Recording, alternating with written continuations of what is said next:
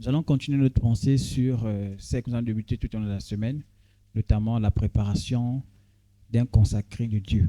Amen. On a dit que pour faire une petite révision, on a parlé du fait qu'on sortait de l'idolâtrie, tout ce qui ne glorifiait pas Dieu, et l'enfant qui sortait de l'idolâtrie ne devait pas rester ainsi.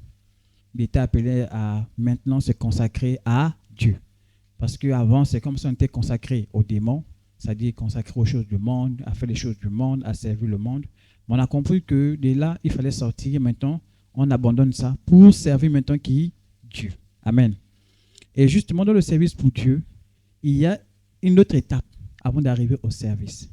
Vous êtes d'accord avec moi que quand on ne le veut pas, on ne peut pas prendre quelqu'un directement et le mettre au service. Avant d'arriver au service, il faut bien qu'il passe d'abord à quoi? Par une formation. Donc, il doit être formé. Et c'est ce que nous appelons ici la préparation. Lorsque je sais que je suis consacré à Dieu, il faut que j'ai le temps de me former, de me préparer. C'est comme on va dire, quelqu'un il va dire, ah, je pense que Dieu m'appelle à chanter. Il y aura déjà une base, n'est-ce pas? Il y aura déjà une base. Mais le tout, c'est dire, de cette base-là, il faut que j'apprenne à mieux faire. Notamment quoi? Peut-être qu'avant, je ne connaissais pas, par exemple, qu'il y avait les voix sopra, les voix alto, bon, je dis, parce que c'est ce que j'écoutais. Hein. Donc, des types de voix comme ça. Mais en faisant une formation, je saurais que, mon type de voix, c'est vraiment tel type de voix. Vous voyez un peu? Et en connaissance déjà de mon type de voix, je veux mieux m'adapter. Parce qu'avant, je chantais peut-être n'importe comment, et parfois la voix s'est cassée. Mais là, maintenant, avec cette information, je serai mieux préparé. Ça veut dire que lorsque je partirai maintenant chanter, je saurai comment me positionner en tant que chanteur. Amen. Et donc, c'est dans ce sens-là que le consacré de Dieu, justement, avant qu'il ne soit exposé, prend d'abord le temps de quoi? De se former. C'est bon? Et le thème d'aujourd'hui, c'est dans 1 Samuel, le texte de base. 1 Samuel, on a déjà parlé de ce texte-là. 1 Samuel 10, à partir du verset 10, qui dit « Et l'amertume dans l'âme, elle pria l'Éternel et versa des pleurs. Elle fit un vœu en disant, Éternel des armées, si tu daignes regarder l'affliction de ta servante, si tu te souviens de moi et n'oublie point ta servante, et si tu donnes à ta servante un enfant mâle, je le consacrerai à l'Éternel pour tous les jours de sa vie, et le rasoir ne passera point sur sa tête. » Vous voyez ici, elle a dit, elle consacre un enfant. C'est bon? De vous à moi, on se pose la question. Cet enfant-là, est-ce qu'il peut servir le Seigneur dès maintenant? Est-ce qu'à 2 ans, il peut servir le Seigneur? Est-ce qu'à 3 ans, il peut servir le Seigneur? À 5 ans, il peut servir le Seigneur? Non. Mais justement, comme il a été consacré, il ne va pas rester comme ça en tant que consacré. Il y aura des choses qu'il faudra faire pour qu'il se prépare au moment où Dieu l'utilisera. C'est-à-dire qu'il a été consacré. Maintenant, cet enfant, qu'est-ce qu'on fera de lui? Et justement, cet enfant, il sera mis à disposition du temple, c'est-à-dire qu'il passera le temps à l'église. Voilà pourquoi quand vous avez amené les enfants pour dire, moi j'aimerais qu'on consacre mon enfant, qu'on prie pour mon enfant. Cet enfant-là, vous en tant que parent, vous avez obligation, parce qu'il n'est pas encore conscient, il ne sait pas encore ce qu'il fait. Vous avez obligation d'amener cet enfant-là où? Au temple. Pour que cet enfant-là s'habitue au temple, aux choses de Dieu. Mais si tu ne l'amènes pas, tu l'amènes plutôt dans les bars, tu l'amènes plutôt dans d'autres choses, mais tu dis tu as consacré cet enfant, mais à quel moment il va atteindre le but pourquoi tu l'as consacré? Ça passe, on comprend un peu. Et donc, c'est dans ce sens-là. Quand on est, et là maintenant, pour comprendre un peu la figure ici, on va dire la figure de style, dit en français, lorsque la Bible dit on est de nouveau, quand on accepte Jésus-Christ comme Seigneur et Sauveur, on fait quoi? On est de nouveau. Et donc, quand je nais de nouveau, ça dit quoi? Je suis bébé spirituel. Donc, un bébé spirituel ne peut encore rien faire. On est tous d'accord. C'est le même principe ici. Un bébé spirituel ne peut rien faire. Donc, pour qu'il puisse commencer à faire quelque chose, il faut quoi? Qu'il soit nourri, qu'on prenne soin de lui, qu'on l'oriente, on guide. Et c'est dans ce principe-là que le consacré à Dieu doit rentrer. Parce qu'il y a beaucoup de gens qui ont été appelés par Dieu, mais qui ne sont pas arrivés à ça. Vous allez voir, il y a des gens, c'est-à-dire que sur le plan physique, ils sont costauds, forts, mais sur le plan spirituel, ils sont minces, chétifs. C'est-à-dire qu'ils n'ont aucune force. Mais vous voyez que celui-là, face aux épreuves qu'il attend, il sortira vaincu. Parce qu'il n'a pas eu le temps de se préparer pour ce qu'il attendait. Donc, le consacré à Dieu doit savoir qu'à un moment donné, Dieu va l'exposer.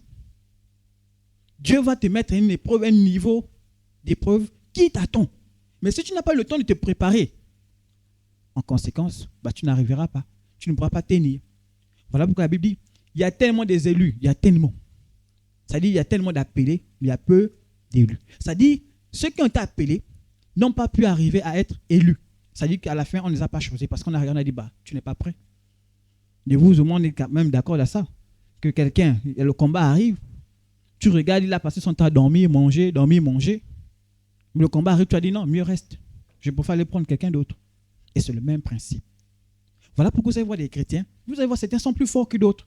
C'est pas que non, c'est parce que l'autre, dans le secret, il n'a eu le temps de quoi? De se préparer, de chercher à grandir, de chercher à se nourrir. Et c'est là où nous voulons arriver aujourd'hui dans notre enseignement. Amen. Jésus est parti. L'une des choses qu'il faut comprendre sur ce principe de préparation. Jésus-Christ lui-même l'a fait. Jésus-Christ est parti pour nous préparer une place. C'est-à-dire qu'avant qu'il ne vienne nous chercher, il est d'abord allé faire quoi? Préparer une place. Donc, dans toute chose, il y a une préparation. Il ne va pas venir nous chercher comme ça. Il a dit non, je pars vous préparer une place. Une fois que ce sera fini, qu'est-ce qu'il fera? Il viendra nous chercher. Donc, il y a ce principe de préparation. Avant le temps de l'exposition, il y a une préparation. Jésus-Christ ne veut pas venir vous prendre et nous amener comme ça, non. Il veut prendre le temps de se préparer. Quand c'est le moment venu, il viendra nous chercher.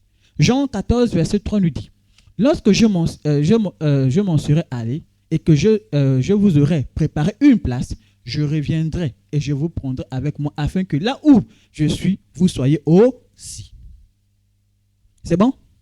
Matthieu 6 nous dit, « Mais quand tu pries, entre dans ta chambre, ferme ta porte et prie ton Père qui est là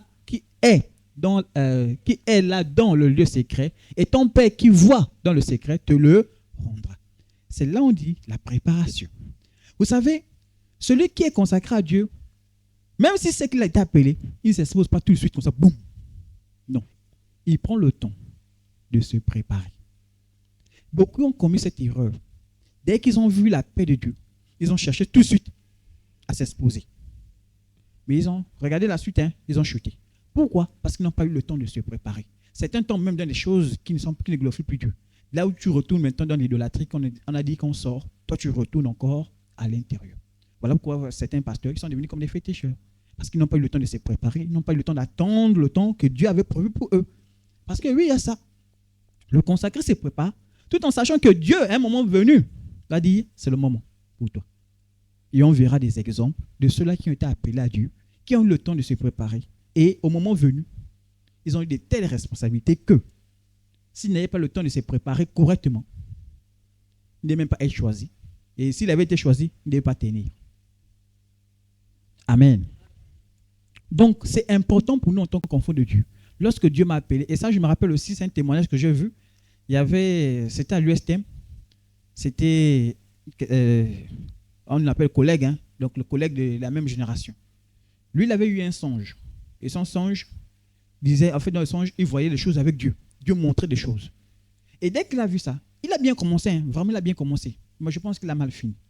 Parce qu'après, il est rentré dans des trucs flous. C'est-à-dire, il commence à aller dans les voyages à gauche, à droite. Tu dis, toi, à peine tu as commencé avec Dieu, Dieu t'a révélé les choses, Dieu t'a appelé, tu veux ya t'exposer. Il a commencé à ouvrir même les églises, à gauche, à droite. Il a même, voilà pourquoi le meilleur des noms qu'ils ont toujours trouvé, c'est quoi? Imaginez. Prophète. Oui, c'est le nom qui s'est donné. Prophète. Prophète. C'est-à-dire qu'il n'a pas été appelé. Mais comme il veut briller comme il voit les autres, parce que l'autre, voilà pourquoi quand on voit certains hommes de Dieu, qu'on voit aujourd'hui qui sont, on se dit qu'ils ont commencé, tac, ils sont arrivés là. Non. Ils ont commencé à rentrer la lumière là. C'est Dieu qui a commencé à les exposer. Mais ils n'ont pas commencé là. Ils ont peut-être commencé comme vous et moi, on est là aujourd'hui là. On est là, on est en train de bricoler la caméra. Vous voyez même certains chantent, quand vous voyez même leurs chants, moi j'aime bien suivre Atoms. Quand vous voyez ça, son début, comment il chantait. Mais regardez bien même la qualité de l'image, vous sentez que, oh, vraiment là, même lui-même quand il regarde son historique, il dit, ouais, là, on sort de loin. Mais ce sera la même chose pour Mive. Mais le problème, il faut le temps de consécration. Lui, il est arrivé jusqu'à là où il est. Parce qu'il a le temps de se préparer, le temps de se soumettre a grandi un peu. Aujourd'hui, il est même là docteur. Il enseigne la parole. Mais vous voyez le temps là. Mais avant, il n'enseignait pas. Il a tout son temps pour arriver là où il est. Et aujourd'hui, il est exposé. Hein. Aujourd'hui, je ne sais pas, tu peux même poser la question, tu connais Pasteur Atom, il va te dire, moi je connais. Ils sont des personnes reconnues, mais ils ont eu le temps. Ce n'est pas maintenant ils étaient, non, ils ont commencé tout petit. Ils ont grandi. Dans le secret, ils s'est préparé. Et à un moment venu, Dieu expose. Et quand Dieu expose, il est tellement enraciné dans le Seigneur qu'il ne peut plus flancher. Parce qu'il a pris le temps de se préparer. Donc, c'est important pour nous en tant qu'enfants de Dieu. Et on vous a dit la consécration. Il faut savoir qu'une fois que tu as donné ta vie à Jésus-Christ, automatiquement, tu es consacré. Maintenant, il y a les niveaux de consécration en fonction de l'appel que tu as reçu de Dieu. Si Dieu t'a appelé à un certain niveau, tu verras ta consécration sera à un certain niveau. Et justement, tu feras tout ce qui est à ce petit niveau-là. Et le petit niveau, c'est quoi? Peut-être je défonce un peu. Mais quand on vient à l'enseignement, là, c'est-à-dire le premier niveau, est-ce que vous savez ça? Le premier niveau du consacré. Le consacré, c'est celui-là qui aime venir écouter la parole de Dieu, qui est toujours les temps de prière, qui est toujours au culte. C'est le premier niveau de consécration. Ça dit que lui-là, qui est toujours habitué à venir à l'église, qui est toujours habitué à être au contact des frères, ça dit que les petites tentations qui vont venir là, ça ne pourra pas l'atteindre. Pourquoi? Parce qu'il est toujours enraciné dans la parole de Dieu. Il a le temps pour la parole de Dieu. Mais même ça, vous allez voir certains, pour voir dans le mois, il n'apparaît qu'une seule fois dans l'église. Vous êtes sûr que ce frère-là, il est flottant. Ou cette sœur-là, elle est flottante. C'est-à-dire le jour que la tentation viendra, elle partira. Et on va comprendre l'importance de la préparation du consacré. Tout consacré qui ne s'est pas préparé, la chute est à ta porte. Voilà pourquoi le consacré, quand il comprend, il se ressaisit vite. Il apprend et il change. Amen. Tout consacré doit avoir un temps de préparation, comme je disais.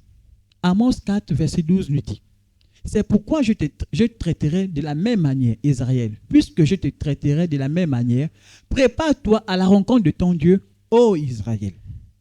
Dieu dit, il y aura un moment donné, Dieu va se présenter à toi. Il va se présenter à toi pour te dire quoi? C'est le moment. Mais pour qu'il vienne se présenter, il dit quoi? Toi là-bas, il faut que tu fasses quoi? Prépare-toi. On comprend bien ici, même l'enlèvement, lorsque l'enlèvement se fera. Mais l'enlèvement se fera comment? Pour ceux qui ont eu le temps de se préparer. Vous comprenez, non? Ah oui. Ceux qui ont eu le temps de se préparer. Si tu n'as pas pris soin de toi. Parce que le problème, c'est quoi? J'enlève tout ce qui ne glorifie pas Dieu. Je nettoie. C'est ça la préparation. Mais quand je nettoie là, mais il faut que je mette la parole de Dieu. C'est ça le premier niveau. Quand tu n'as pas ce niveau-là, même lorsque le Seigneur viendra, il ne pourra pas te prendre. Parce que tu sais, mais ce niveau-là, tu n'as pas. Voilà pourquoi on voit dans certaines versions dit, s'ils ne se convertissent, vous dites quoi? Ça veut dire que tu nais de nouveau, mais si tu ne te convertis pas en même temps, parce que la conversion c'est quoi? Je quitte un état à un autre état. C'est là où on parlait de la chenille au papillon. C'est-à-dire que quand on te regarde, on voit une totale différence. Amen. 1 Pierre 1, verset 13 nous dit, c'est pourquoi saignez les reins de votre entendement. Soyez sobres et ayez une entière espérance dans la grâce qui vous sera apportée. Lorsque Jésus-Christ fera quoi? Apparaîtra. À un moment donné, Jésus-Christ va apparaître. À un moment donné, Jésus-Christ va apparaître. Le jour qui va apparaître, est-ce que tu seras prêt? C'est bon avec moi? Le jour où Jésus-Christ va apparaître pour dire, top, c'est bon, on y va. Est-ce que tu seras prêt?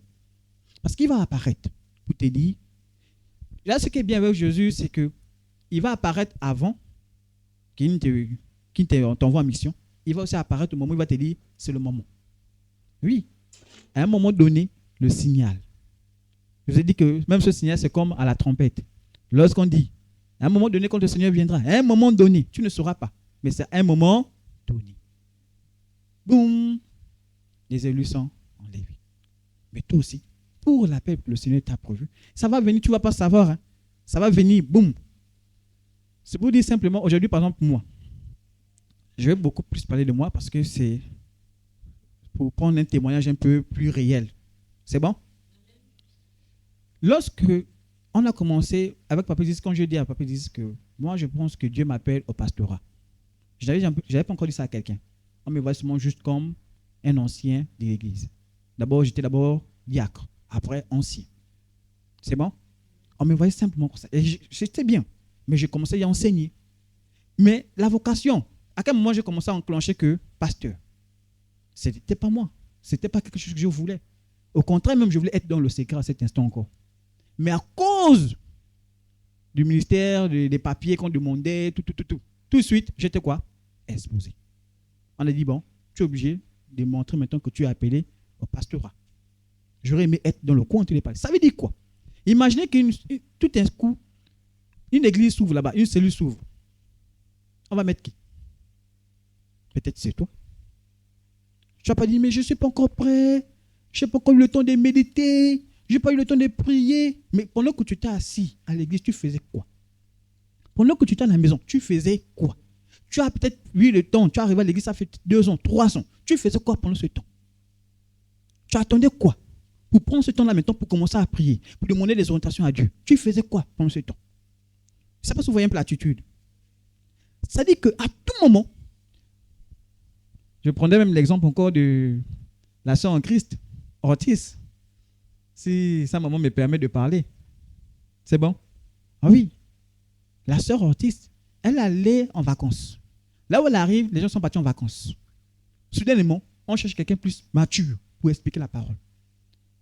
On a dit, c'est toi qui vas enseigner. Essayez un peu de regarder. Elle allait pour passer les vacances. Elle partait passer son cul tranquille, toujours comme simple membre. Mais soudainement, on dit maintenant c'est toi qui vas parler de Dieu à l'église. Donc, gloire à Dieu. Parce que la sœur en Christ, elle était tellement zélée pour le Seigneur. Toujours là, prête dans ses réunions. Elle était toujours là. Elle a même dit, je remercie le Seigneur. Les cours qu'on a fait ensemble là, j'ai noté. C'est ça là qui m'a aidé. Vous comprenez déjà un peu le premier niveau. Ça veut dire qu'à tout moment, tu ne sais pas où, comment le Seigneur va t'appeler, va te dire maintenant, tu dois passer. Mais si tu n'as pas eu le temps de te préparer, tu es toujours façon. Tu es encore dans le péché. Tu es encore en train de tourner. Quand ça va arriver, même toi-même, tu sentiras que... Et c'est pour ça que certains, parce qu'ils vont vouloir forcer, seront des mauvais prédicateurs. Et après, ça donne ce qu'on voit aujourd'hui. Donc, le consacrer à ce temps de préparation. Pendant que tu sais que Dieu ne t'a pas encore appelé, mais c'est là où tu commences à te préparer. C'est là où tu commences à t'outiller, à savoir exhorter. Et aujourd'hui, on dit, bon, il y a un frère là, tel va exhorter. Est-ce que tu seras capable? Imagine que là, en ce moment-là, je ne sais pas qu'est-ce qui va se passer, l'église est grande, mais à un moment donné, les démons commencent à agiter. Le pasteur est débordé là-bas, les responsables sont débordés là-bas. Toi, tu es là, on dit, bon, toi là, allez, va prier. Mais comme tu n'aimes pas prier, tu ne veux jamais. Le jour-là, tu vas faire comment? Tu vas pleurer. Or, lorsqu'on dit prière, tu as l'habitude de prier avec ferveur. Quand on prie, quand tu sens que les démons arrivent, tu commences à prier. Pendant le temps de prier à l'église, le jour que tu te retrouves, que tu seras prêt. Tu n'auras pas panique, tu n'auras pas peur. Parce que tu as l'habitude de prier. Et donc, tout ça là, c'est la préparation. Or, ce qu'on remarque, c'est qu'on prie seulement, ou on ouvre la Bible seulement où? À l'église. À la maison, je n'ai pas ce temps. À la maison, c'est autre chose. À l'église, c'est là où je connais, le verset là existe. Hein. Oh, le livre là existe. Hein. Oh. Mais à la maison, tu fais quoi? C'est à la maison que tu fais la découverte des livres. C'est à la maison que tu dis, il y a tel livre, je n'ai pas l'habitude de le lire. Je vais un peu essayer d'aller lire ce livre-là. C'est à la maison. Pourquoi? Tu ne le fais pas parce que tu veux faire plaisir à quelqu'un. Tu le fais parce que tu veux te préparer. Pour que si quelqu'un du jour vient te dire des mensonges, tu es prêt. Parce qu'on va en venir. Hein. Satan, les consacrés, ils cherchent à les faire tourner du chemin que Dieu a prévu pour eux. Et il y a un bon exemple palpable dans la Bible de quelqu'un qui n'a pas vu ça venir. Il n'a pas su avoir le discernement que Dieu l'avait appelé. Il n'a pas été sage. Il s'est laissé amadouer par Satan. Il a gaspillé le plan que Dieu avait prévu pour lui. Et beaucoup, ou bien sont nombreux, sont les chrétiens qui arrivent à ça. Pourquoi? Parce qu'ils n'ont pas eu le temps de se préparer. Amen. Hébreux 11, verset 7 nous dit, c'est par la foi que Noé, divinement averti des choses qu'on ne voyait pas encore, et saisi d'une crainte respectueuse, construisit une arche pour sauver sa famille. C'est par elle qui condamna le monde et devint héritier de la justice qui s'obtient par la foi. Le consacré déjà, lui, marche avec la foi. La foi, c'est quoi? On a expliqué c'est la foi, que la foi, c'est l'espérance des choses qu'on ne voit pas. C'est bon? C'est-à-dire, je crois que je donne ma vie à Dieu. Je crois qu'un jour, Dieu peut m'utiliser. Je crois en ça. Et c'est justement par la foi que je commence à faire quoi? À bâtir. Je commence à bâtir. Noé, pendant que tu étais de bâtir, d'autres sont en train de se moquer de lui. Tu fais quoi là? Tu es en train de perdre ton temps. Mais lui est en train de bâtir. Au moment où, comme je dis, un signal donné, la pluie tombe. Et c'est là où ceux qui tentent de se moquer disent, hé, si on savait, j'aurais dû. Mais il était prêt. À cet instant, est-ce qu'il a échoué? Non, il a reçu pourquoi? Parce qu'il a eu le temps de se préparer. Voilà pourquoi la préparation d'un enfant de Dieu est une place de choix. Lorsque tu as donné ta vie à Dieu, tu dois te préparer, tu dois être enseigné, tu dois être suivi. Or, quand on dit suivi, je dois aller chez l'oncle. Suivi. J'avais un programme là. Suivi. Je ne me sens pas bien là, depuis un moment là. Suivi. Est-ce qu'on ne peut pas mettre de mail après? Là, je sens un peu... Or, tu ignores que ces étapes-là, c'est pour te préparer à ces différentes. Parce qu'on va comprendre, le but, lorsque même on te forme, le but qu'on a mis, les pasteurs, tout ça on connaît. C'est pour le perfectionnement des saints. Jésus-Christ a dit à ses disciples, allez-y et faites quoi?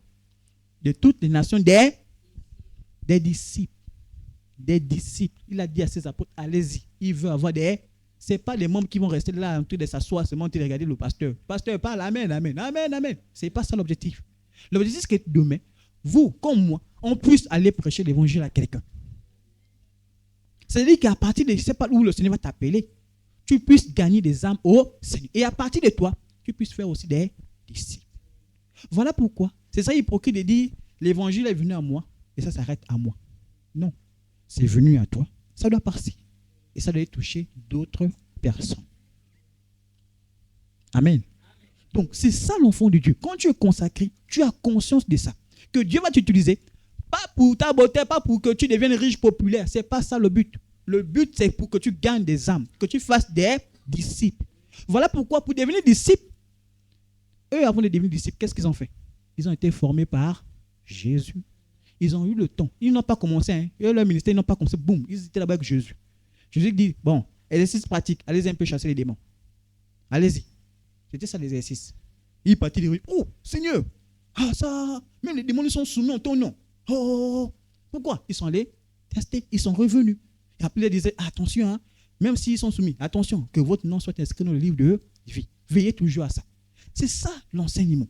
C'est-à-dire qu'ils étaient avec Jésus, ils apprenaient. Et il y avait des exercices, des pratiques comme ça. Il dit, bon, allez-y, partez un peu là-bas. Allez-y, bon, on part baptiser.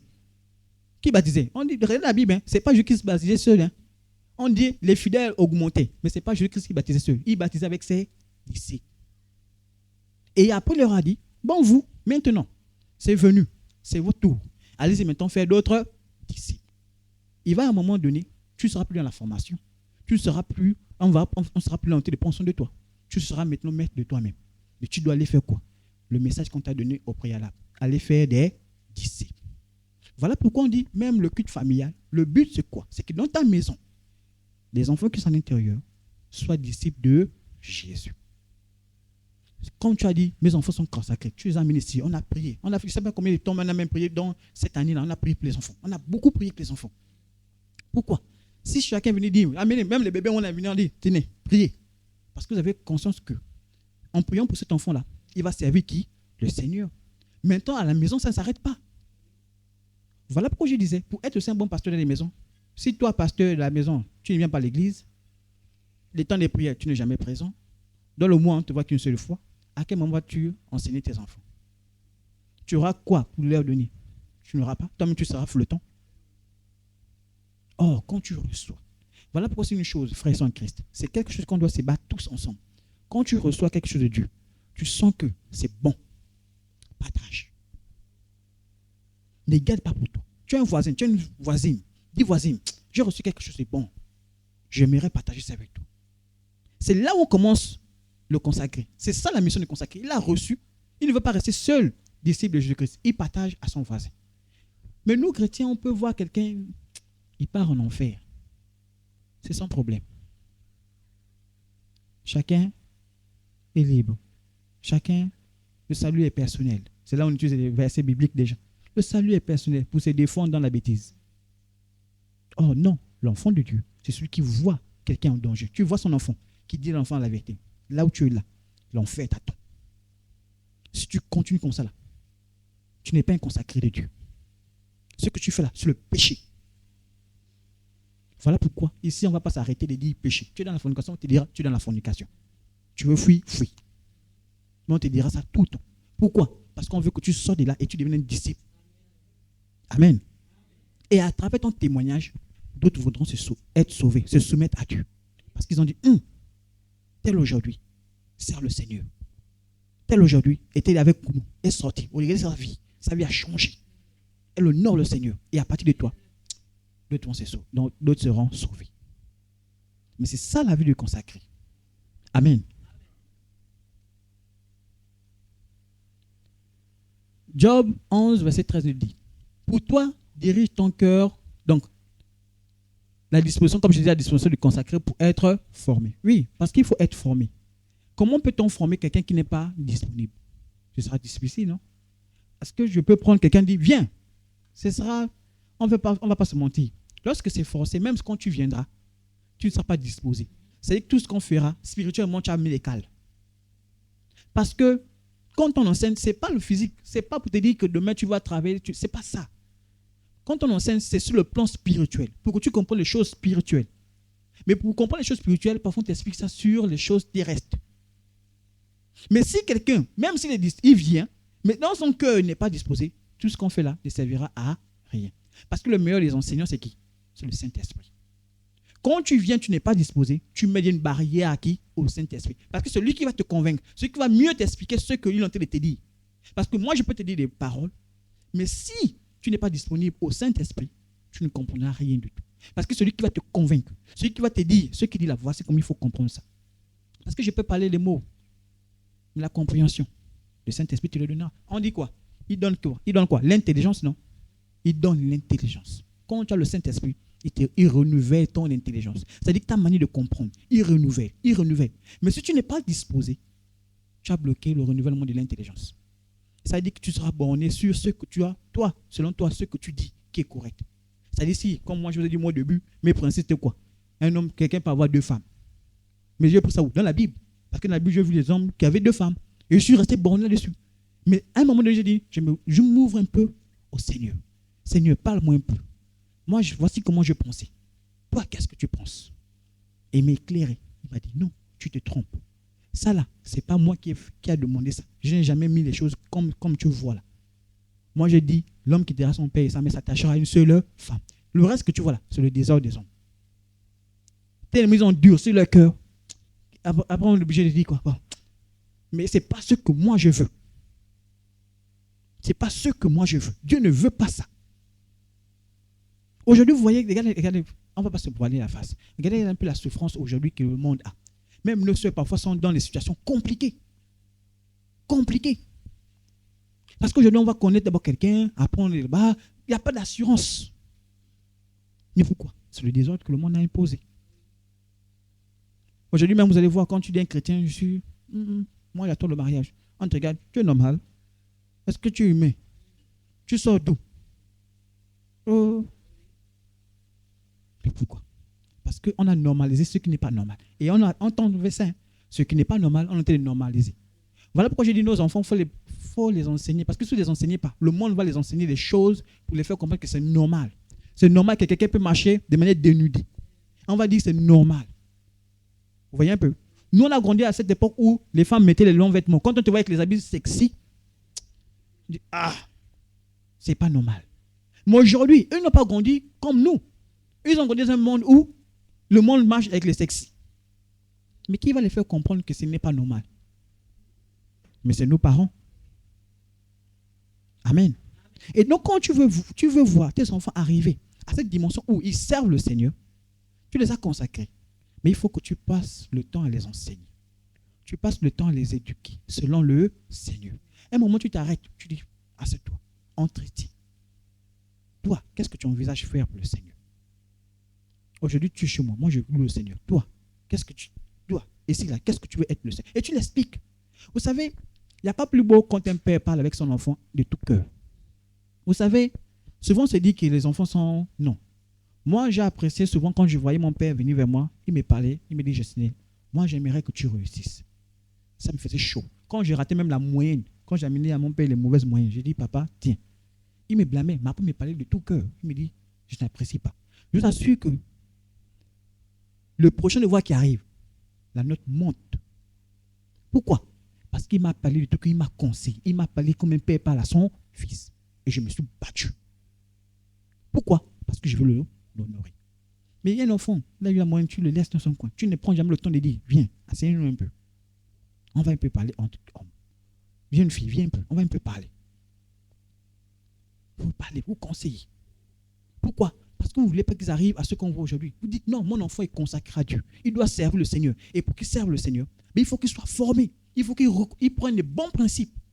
Quand l'enfant perd les principes de Dieu, c'est les principes du monde qui remplacent. Je vous ai dit le principe là, c'est que si tu veux enlever quelque chose et tu ne le remplaces pas par ce qui est bon, ça va revenir. Amen. Mais ça, c'est l'effort. Voilà pourquoi vous voyez, les pasteurs, les prophètes, tout cela, leurs vies ne sont pas faciles parce qu'ils doivent tout le temps veiller à ce que les autres soient bien formés. Voilà, un moment, on va t'appeler. Un moment, on va courir après toi. Un moment, on va même dépenser de l'argent pour toi. Parce qu'on veut que tu sois formé. Et malheureusement, souvent parmi, il y a certains qui ne sont pas faciles. Il y a certains qu'il faut courir après eux. Il y a certains, facilement, ils t'interpellent. Ils disent, ah, j'ai besoin que tu m'exhortes. Ah, je sens que dans mon cœur, il y a des choses qui ne sont pas bien. J'aimerais que tu me conseilles. Voilà pourquoi je encourage frère. Et ça, c'est un conseil. Moi, je l'ai mis en pratique et ça m'a fait du bien jusqu'à présent. Lorsque tu sens que tu es tombé dans un péché, n'attends pas longtemps. Quelle que soit la culpabilité qui peut avoir, c'est Satan qui va te dire, gars, il va se moquer de toi, il va rire, gars, laisse ça, tu as honte, laisse. C'est Satan qui veut t'enfoncer. L'une des choses, et ça c'est quand vous tombez sur les véritables hommes de Dieu, quand tu viens parler de tes problèmes, l'homme de Dieu n'a pas pour but d'écouter ce que tu veux dire. En fait, c'est à cause que vous avez vu Ananias et Saphira quand ils sont allés parler aux apôtres en disant que c'est voici ce qu'il a dit quoi. Ce n'est pas un homme que tu as menti, mais c'est à qui? Au Saint-Esprit. Ça veut dire que quand tu pars à parler, ce n'est pas à l'homme de Dieu que tu parles. En fait, toi, je vous ai dit que la difficulté de l'homme pour avoir une représentation de Dieu, c'est difficile. D'où on est obligé de se plier vers les hommes. Voilà pourquoi on a dit attention à l'idolâtrie. C'est bien, vous reconnaissez que c'est l'homme de Dieu. Je pars vers lui parce que j'ai un souci. Parce que je crois qu'avec la sagesse qu'il a, l'expérience qu'il a, il peut me conseiller. Et il peut prier à la fin pour moi. Amen. Donc, comme je disais, il y a un premier niveau de formation du consacré. Le premier niveau, c'est quoi? C'est le fait qu'il vient déjà aux enseignements. C'est-à-dire, je suis formé en venant aux enseignements. Voilà pourquoi, frère, tu as fait ici 2 ans, 3 ans. Tu as été assidu. Je crois que je l'ai même dit dans les audios. Assidu, ici. Tu as reçu les enseignements. Il n'y a pas les choses qui changent dans ta vie. Il y a un problème. C'est que quelque part, soit tu as refusé de te consacrer totalement à Dieu. Tu as décidé de vivre ta vie comme tu veux, sans laisser Dieu le temps de changer ta vie. Et du coup, rien n'est produit. C'est-à-dire, on ne voit plus les fruits. C'est pour ça qu'on comprend plus. Parce qu'une sémence a été jetée en terre. On arrose, on arrose, on arrose. Quand on ne voit rien, on va penser que quoi? Que cette graine ne pourra plus jamais donner. Parce que la graine a été étouffée. On a mis les cailloux, on a mis les épines, on a mis tout, une mauvaise terre. Et ça ne donne plus rien. Voilà pourquoi une chose, c'est la disposition, comme je disais. Lorsque tu es disponible et tu veux changer, ça commence par là. Tu veux progresser, ça commence par là. Tu veux connaître, ça commence par là. Il a dit, il ne mettra pas dehors celui qui vient à moi. Il ne mettra pas dehors. Ça dit que celui qui a décidé de dire, moi je veux vivre une vie de consécration avec le Seigneur, Dieu ne te mettra pas dehors. Au contraire même, il est même content. Et il va t'accompagner. Il va t'accompagner. Il va t'orienter. Il va te dire, voici comment tu dois faire les choses. Je dis une chose que moi j'avais du mal. Et moi j'ai toujours cherché Dieu. J'ai toujours aimé Dieu. Même quand j'étais dans le monde, j'ai toujours aimé Dieu. Mais l'une des choses qui m'a empêché de me donner à Dieu, c'est parce que je voyais les choses. Mais Dieu, sachant faire les choses, Il m'a orienté jusqu'à ce que je sois arrivé aujourd'hui, là où nous on se voit. Mais à la base, ce n'est pas ici que moi je priais. C'est pas ici que moi je ne me voyais même pas arriver ici. Mais Dieu a orienté. Si tu as orienté jusqu'ici et tu te plais ici, c'est que donc il y a quelque chose pour toi. Le problème, est-ce que tu es disposé pour changer, pour progresser avec lui? Amen. Donc, les enseignements, les exhortations, le culte, la lecture de la Bible, c'est vraiment le premier niveau de formation. Un enfant de Dieu qui ne lit pas la Bible, il y a un problème. Tu ne peux pas faire, même une journée, sans lire un verset. C'est pas ça qu'on comprend plus. Parce que c'est la base. Vous allez voir dans la Bible, on dit, je crois que j'ai mis le verset, Cantique des degrés, Psaume 122, verset 1, de David. Je suis dans la joie quand on me dit, allons à la maison de l'Éternel. Donc, l'enfant de Dieu, il est content quand il part à la maison de l'Éternel. Pourquoi? Ce n'est pas pour aller dormir. Ce n'est pas pour aller faire le Congo avec les soeurs, les frères. Ce n'est pas ça. Il part à la maison du Seigneur parce qu'il part écouter la parole de qui? De Dieu. Il part écouter ce que Dieu a prévu pour lui. C'est ça le plus important. Donc, il part avec la joie parce qu'il veut recevoir du Seigneur. Amen. Heureux ceux qui placent en toi leur appui. Ils trouvent dans leur cœur des chemins tout tracés. Chemins tout tracés. Lorsque tu as donné ta vie à Dieu, tu es consacré à Dieu, tu verras que ta vie sera mieux tracée que lorsque tu passes dans le monde. Dans le monde, c'est vraiment, je ne sais pas comment il faut dire, c'est qu'il y a tellement d'incertitudes. Or, quand tu as Dieu autant pour moi, c'est différent. C'est que tu sais là où tu pars. Déjà, même la finalité des enfants de Dieu, c'est quoi? On connaît même la fin, là où on va arriver. Qui ne connaît pas la fin? Ah oui, hein? Si tu n'as pas Dieu, ta fin, de toute façon, même le païen, il connaît où il va finir. Mais quand tu es un enfant de Dieu, droit, selon sa parole, tu connais ta fin.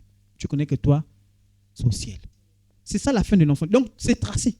Il sait qu'il ne va plus aller à gauche, il ne va plus aller à droite, parce que il connaît son début, il connaît là où il va arriver.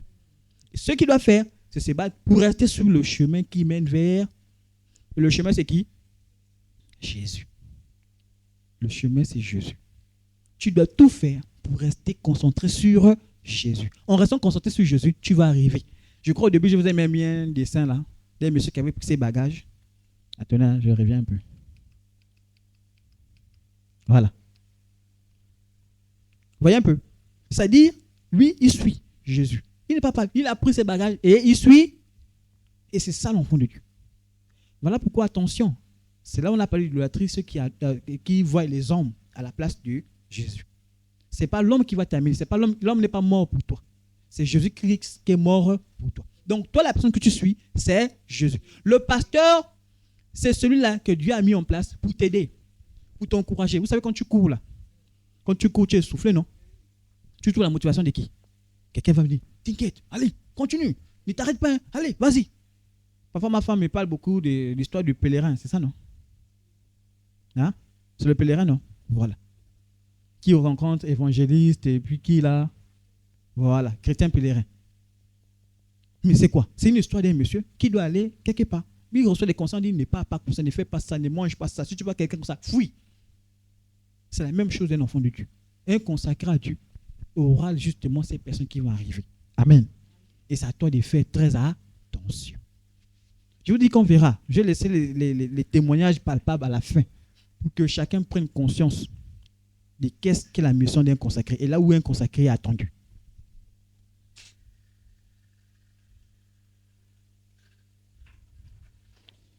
Zacharie 8, verset 21 nous dit, les habitants d'une ville iront à l'autre en disant, allons implorer l'Éternel et chercher l'Éternel des amis. Nous irons aussi.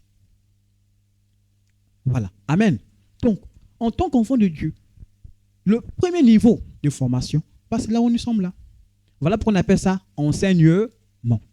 Parce que je reçois déjà un enseignement de Dieu. Et c'est quand je reçois cet enseignement, qu'est-ce que j'en fais? Si j'endurcis mon cœur, ça ne servira à rien. Ça ne servira à rien. Parce que vous savez, l'une des choses que peut-être que vous ne savez pas, c'est que lorsqu'on prépare ces enseignements, on prend du temps à prier. On prend du temps à méditer. On cherche l'orientation de Dieu. C'est pas ça qu'on comprend un peu. Mais si tu viens, tu n'es pas disposé, peut-être même le verset là, c'est peut-être pour quelqu'un en particulier. Mais si tu n'es pas disponible, tu n'as pas mis ton cœur, ça passera à côté. Voilà pourquoi même quand on vient dans la maison du Seigneur, on essaie de laisser tout ce qui est derrière, à la maison, les soucis, on l'abandonne pour ne pas rater le message que Dieu a prévu pour toi. Amen. Donc, le deuxième niveau, comme je disais, au-delà de ce que je dis précédemment, il y a des enseignements bibliques. C'est-à-dire quoi? Là, tu vas pousser des enseignements un peu plus coriaces. C'est-à-dire, au-delà des enseignements qu'on fait ici, tu vas améliorer. C'est-à-dire que tu vas faire les études bibliques. C'est bon? C'est-à-dire que tu vas aller dans les écoles bibliques pour apprendre. C'est-à-dire qu'en fonction de l'appel où tu as prévu, Dieu t'appelle, tu te prépares. Et là, je parlais même des chantres. Mais il peut arriver qu'à un moment, tu dises, je ne vais pas dans une vraie école de chant, de musique. C'est-à-dire qu'elle peut être païenne, mais tu peux apprendre quoi? À chanter pour le Seigneur. Les instruments là, on va apprendre ça où? Tu vas dire non, je vais me perfectionner parce que je veux jouer pour le Seigneur correctement. Mais c'est là aussi il faut faire attention. On en reviendra parce que dans la préparation, beaucoup ne sont plus sortis de là où ils sont partis se préparer. C'est-à-dire qu'il allait apprendre à chanter dans les écoles, parce que souvent certaines écoles de musique ne sont pas chrétiennes. Hein? Tu vas aller apprendre à jouer avec la voix, la gorge. Après on dit, mais tu as une belle voix, hein? Oh, magnifique. Mais tu peux chanter le style de cantique comme ça. Hein? Après tu commences à basculer. Après tu te retournes te chanter pour le monde. C'est que tu as laissé quelque chose rentrer et ça t'a poussé là où il ne faut pas aller. Amen. Avoir des parents spirituels. Au-delà du suivi que tu fais, c'est-à-dire qu'il y a quelqu'un qui te... Mais il faut aussi avoir des parents spirituels. C'est très important, frères et sœurs en Christ.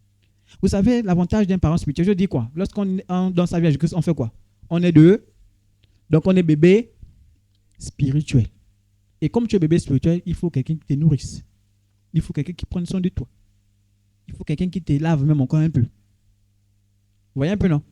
Quand tu as fait une faute, on te tape un peu. Hein? Viens ici. C'est pas ce qu'on fait aux enfants. Hein? Quand il a décalé un peu. Hein? Ici. Mais oui. Il faut quelqu'un qui te recadre. Il faut quelqu'un qui te dise, là, c'est pas bon. Je dis que moi, pendant que je prépare le mariage, j'ai eu chaud. Oui. Non, c'est pas comme ça. Tu pars. Pourquoi la soeur vient seule? Hein? Mais tu es énervé. Ça ne fait pas plaisir hein, quand on te corrige. Ah, je vous assure, hein, ça ne fait pas plaisir. Quand on te blâme, tu regardes, tu sens que le cœur, ça chauffe. Tu dis, mais comment? Voilà pourquoi quand on blâme les enfants, là, c'est bien hein, de savoir que quand tu blâmes, là, ça fait mal. Le jour quand on te blâme aussi, il ne faut pas dire, pourquoi on me blâme? Non. C'est bon? Amen. Bon, c'est une parenthèse que j'ai seulement ouverte. Donc, c'est simplement pour faire comprendre que dans la vie d'un enfant de Dieu, il faut des personnes qui te suivent. Il faut des personnes qui t'enseignent la parole. C'est-à-dire qu'ils sont proches de toi. Parce que les parents spirituels, ils sont plus proches de toi que le pasteur même. Parce que le pasteur même, parfois, il va seulement dire, c'est quoi le problème? Bon, on prie. Parfois, il t'écoute. Mais c'est différent de celui qui est parent spirituel. C'est-à-dire que lui, là, il est tellement en contact avec toi. C'est quand tu n'es même pas venu, il est capable de se déplacer pour venir te rencontrer. Cette personne-là t'appelle chaque fois. Tu as bien dormi. Et c'est la personne aussi, vous voyez les enfants, quand ils ont un souci, ils crient après qui? Papa et maman, non? Quand ils ont fait un cauchemar, ils crient après qui? Papa et maman, non? Certains petits enfants ils disent, bon, je dors plus là-bas, je viens dormir ici. N'est-ce pas? Pourquoi? Parce qu'ils disent là-bas, il y a la sécurité. Vous voyez un peu? Mais c'est ça le rôle quand tu as des parents spirituels. Ce n'est pas les te dire qu'ils vont venir là pour dicter ta vie, non. Ils ont un objectif, c'est de te faire grandir. C'est de te faire grandir. Une fois que tu seras grand, ils diront maintenant tu es adulte. Aujourd'hui, là, la majorité, là, c'est les adultes, non? Qui restent encore chez les parents. Vous avez dit, bon, on est adulte, maintenant, chacun gère sa maison, non? Tu peux dire, bon, moi, là, parfois je dis ça même à certains jeunes, hein, je dis qu'aujourd'hui, je suis libre. Mais j'ai tellement appris de mes parents de ne pas rester tard à la nuit dehors que ça ne me dit plus rien. Quand je vois certains dehors, tout le monde, ça ne dit rien. Pourtant, j'ai la possibilité de partir. Et c'est là où vous voyez le fameux verset qui dit, tout m'est permis, mais tout n'est pas utile. C'est-à-dire, oui, je peux sortir. Mais ce qui est utile, ça donne quoi? Aller passer la nuit blanche dehors, là-bas, on te dit crier, ça sert à quoi? Tu viens après, c'est les maux de tête, les céphalies. L'argent, tu as dépensé l'argent alors que tu as besoin, tu as les problèmes, tu es allé dépenser partout. Après, tu pleures. Oh. Après, tu peux encore t'endetter. Non. Mais lorsque tu es sage, tu écoutes Dieu. Dieu te dit ça là.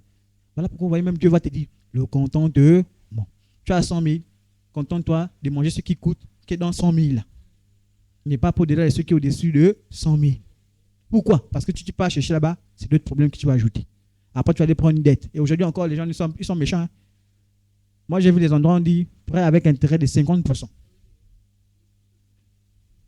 Donc, imagine. Non seulement tu as un déficit, tu peux prendre, tu dois encore rembourser de 50%. Imagine un peu. Hein? 100%. Vous imaginez? Donc, c'est ça le monde. Mais quand tu es un enfant consacré à Dieu, qui se contente de ce que Dieu a donné, et tu as les personnes qui sont là pour te dire, attention. Moi, après, Jérôme m'a conseillé, hein, on m'a dit non. Pour le mariage. Ah oui. Attends, moi, le mariage, je voyais peut-être on fait ça grandiose, spectaculaire, tout. Non, on m'a dit, tu n'as pas. Pour le moment, le but, c'est quoi? C'est que tu te maries. Donc, laisse ça. Le jour que tu auras les millions, on peut faire avec les hélicoptères au ciel là-bas. On partira. Pour le moment, là, il n'y a pas. Veille avec ce que tu as là. Ça me comprend un peu. Mais j'ai eu les conseils de qui? On m'a conseillé. On m'a dit, aujourd'hui, je suis marié. Je ne suis pas avec les dettes. Je suis en joie. Je suis en paix. Or, certains vont aller se marier. Vont aller prendre. Et je vous assure, frère et sœurs en Christ, quand tu n'es pas sage, le monde va t'emmener. Les pauvres disent non, il faut ça. Tu vas aller prendre. Bam. Il faut ça. Tu vas aller prendre. Boum. Après là, à la dernière minute, c'est toi qui te retrouves à payer. Parfois, il y a quelqu'un qui va dire, je vais payer. À la dernière minute, tu te retrouves avec tout. Boum. Non, j'ai eu ça, ma propre petite soeur. Elle s'est mariée, quand on a dit, on va te prendre tout ça là. La robe, on va te prendre, nous on prend en charge. Dernière minute, boum, elle a dépensé 1 million. Alors qu'elle aurait pu dépenser moins si elle s'était en charge. Elle avait pris, comme nous on a eu à faire, on a appelé depuis la France, on a dit pardon, envoyez. Là-bas, on a eu et mon costume, et sa robe, et les bijoux, et les décorations. À peine 300 000. C'est ça, non? Avec les tenues des parents. 300 000. Gloire à Dieu. Est-ce que j'ai cherché Non. J'ai une grâce qui est venue, on m'a dit, voilà l'opportunité, je brille. Amen. C'est pour dire combien de fois, lorsque Dieu te donne la sagesse, ce n'est pas pour te détruire, c'est pour t'emmener dans les droits. Et quand tu as des conseils, les gens qui sont matures, qui ont compris qu'est-ce que l'objectif du mariage, ils vont te conseiller, ils vont t'orienter. Et c'est ça l'avantage d'être suivi. Le suivi, ce n'est pas pour te dire, on va te mettre dans la prison, on t'empêche de vivre, on t'empêche d'être heureux. Ce n'est pas ça l'objectif. L'objectif, c'est que tu progresses. On va te dire, frère, tu travailles déjà depuis combien d'années? On va dire, tu travailles déjà depuis 5 ans. Tu es bien payé. Bon, tu fais quoi de ton argent? Parce que non, tu regardes là, on ne voit pas l'évolution depuis 5 ans que tu as ça. Tu fais quoi de ton argent? On va venir te dire, tu as dit, le pasteur veille à mon argent. Non. On vient simplement te dire, ta gestion financière n'est pas bonne. Tu es dans un temps où tu dois chercher à progresser. Tu dois acheter un terrain. Tu dois construire. Toute ta vie, tu ne vas pas louer. Amen. On va voir un frère, on va dire, frère, bon, tu as écouté la parole depuis combien de temps? Bon, tu es dans la fornication depuis, pourquoi? Qu'est-ce qui empêche? Qu'est-ce qui bloque? Non, dis-nous un peu. Ta décision, qu'est-ce qui manque? Ah oui. Mais qui va te dire ça? C'est celui qui est proche de toi. C'est celui qui est proche de toi qui va te conseiller, qui va t'orienter. Mais le problème, je disais au départ, c'est la disposition. Si tu n'es pas disposé, tu vas même te fâcher contre ta personne. Des fois même tu vas vouloir faire la bagarre. Tu dis, oh, c'est quoi là? C'est quoi? C'est votre vie? Hein? C'est votre argent? Ok, excuse-nous. On voulait juste te conseiller pour que tu progresses un peu. Vous voyez un peu? Amen. Je vous ai dit qu'une chose. Moi, je prie le Seigneur, je vais progresser. Mais je ne veux pas progresser seul. J'aimerais que toi aussi, tu progresses. J'aimerais que si moi j'ai ma voiture, toi aussi tu as ta voiture. Si j'ai ma maison, toi aussi tu as ta maison. Parce que ça après là on va dire, voilà, la voiture, les offrandes. J'ai écouté ça, on m'a déjà dit ça. On m'a déjà dit ça, je vous dis. Le pasteur, les offrandes là. Ah mais ça on va se toucher un peu. Oui, hein. C'est-à-dire que quand on voit pasteur, on voit celui qui prend les offrandes, qui met dans sa poche. Il construit sa maison avec ça. En temps, certains ne veulent pas progresser. C'était quand on a dit, sors de ton habitude là, ce que tu fais là. Bon, excusez-moi, ce n'est pas notre message. On va revenir là où on est. Amen. Éphésiens 4, à partir du verset 11 au verset 13, nous dit. Et il a donné, c'est là où je vous explique ce que le principe de se former. C'est bon? Il a donné les uns comme apôtres, les autres comme prophètes, les autres comme évangélistes, les autres comme pasteurs et docteurs. Pourquoi? Pour le perfectionnement des saints. En vue de l'œuvre du ministère et de l'édification du corps de Christ. En vue de l'œuvre du ministère. Ça dit quand on te forme, c'est qu'il y a un ministère qui est prévu pour toi. Il y a quelque chose. Amen. Ça dit que la vision de ceux qui te forment, ils ne te forment pas pour te garder avec lui là tous les jours. Il va t'amener comme l'enfant, on l'amène à l'école tous les jours. Non. Le but, c'est que demain, toi, tu puisses former d'autres personnes. Amen. Donc, quand tu es consacré à Dieu, il te faut quelqu'un qui soit capable de t'amener à ce niveau-là. Pour que tu sois prêt pour créer un ministère, pour emmener les autres, ainsi de suite, ainsi de suite. Amen. Jusqu'à ce que nous soyons tous parvenus à l'unité de la foi et de la connaissance de qui? L'objectif, c'est quoi? C'est que tous nous connaissons bien qui? Donc, il faut que ton niveau de connaissance de Jésus-Christ augmente. Il ne faut pas que toi, ton niveau de connaissance, c'est seulement, non, Jésus, c'est qui? C'est le Fils de Dieu, c'est tout. Ça s'arrête là. Mais ton niveau de connaissance, ça dit que ton intimité avec Jésus-Christ, tu connais Jésus-Christ jusqu'à quel niveau? Qu'est-ce que tu crois que Jésus-Christ est capable de faire? C'est ce niveau-là qu'on veut t'emmener. Mais tu ne pourras pas arriver tant que tu n'as pas l'enseignement. Et il te faut qui? Ces messieurs qu'on a mis en place. Les apôtres. Les prophètes. Je l'ai dit que dans une église, quand le péché abonde, qui augmente? Le prophète. Le prophète va venir vous dire, vous là, vous êtes dans le péché. Il faut vous repentir. C'est ça le rôle du prophète. Il parle à la place de Dieu. Il vient vous dire que vous là, sortez de là. Le prophète, ce n'est pas venu dire, je vois que ta vie là, Dieu va te bénir. Oui, ce n'est pas mauvais, hein? C'est bien. Mais si tu vas te bénir, sachant que tu es dans le péché, remets-toi en question. Dis qu'il y a un problème quand même. Dieu, il est horreur du péché. Il va me bénir dans le péché. Il y a un problème. C'est bon? Donc, en tant qu'enfant de Dieu, et il a mis ça pourquoi? Pourquoi le prophète te dit? Ça veut dire qu'il change. Il faut que Dieu t'appelle. Et c'est bien hein, quand Dieu t'interpelle. Hein. C'est une grâce. Quand Dieu te dit, toi là, change. C'est que Dieu a prévu quelque chose de bien pour toi. Parce que Dieu ne peut pas venir te dire, tant qu'il n'a pas prévu un plan pour toi. S'il a prévu un plan pour toi, il va t'interpeller, il va te dire, toi là, sors. Et moi, je vous dis mon témoignage, Dieu m'a plusieurs fois interpellé. Quand j'ai commencé à voir une attitude bizarre, Dieu m'a dit, hey, attention. Le prophète, c'est qui? Ça peut être toi qui m'interpelle. Pasteur, j'ai remarqué que depuis un moment donné, tu commences à attraper les soeurs comme ça. Tu m'as interpellé, non? Amen. Mais moi aussi, je peux venir comme prophète, te dire, sœur, ce que je vois de toi là, tu empêches la grâce de Dieu dans ta vie.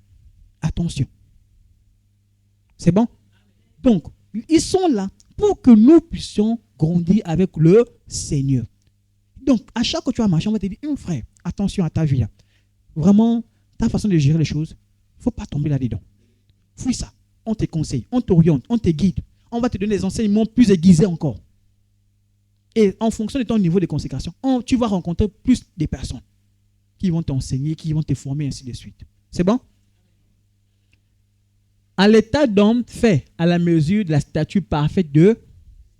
Le but, c'est que tu ressembles à Christ. Et cela, on va t'appeler chrétien. Parce que chrétien vient de qui? De Christ.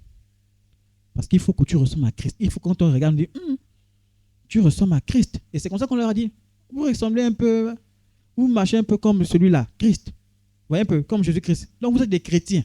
C'est comme ça le mot est sorti. Vous voyez un peu. C'est comme on peut dire, les gens de Mwanda sont les Mwandais. C'est pas s'il faut dire ça, ça dit même. C'est les Atogovéens, non? C'est ça, non? Voilà. Mais on va dire, comme eux, ils sont Christ, ce sont des chrétiens. Ça dit que c'est une suite. Pourquoi? Parce qu'en vous, on voit qui? Jésus-Christ. Jésus-Christ. C'est bon?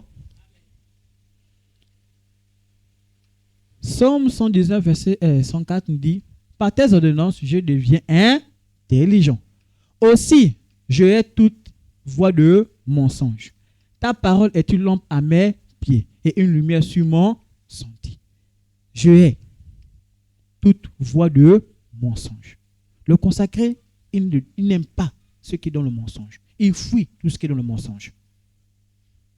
Et ça, je vous dis, ça c'est même le premier niveau. Tout enfant de Dieu qui est né de nouveau, qui a cru en Jésus-Christ, normalement, tout ce qui est mensonge là, fausseté là, lui fuit ça. Il a horreur de ça. Il ne se rapproche pas. Quand tu vois quelqu'un qui est dans le mensonge, il dit, mon frère, tu veux mentir, pas avec moi. C'est bon? Proverbe 6, verset 23, il dit, car le précepte est une lampe et l'enseignement une lumière et les avertissements de la correction sont le chemin de la vie. Donc, un enfant de Dieu doit recevoir des enseignements, doit être interpellé, doit être orienté. Il y a un texte là, voilà.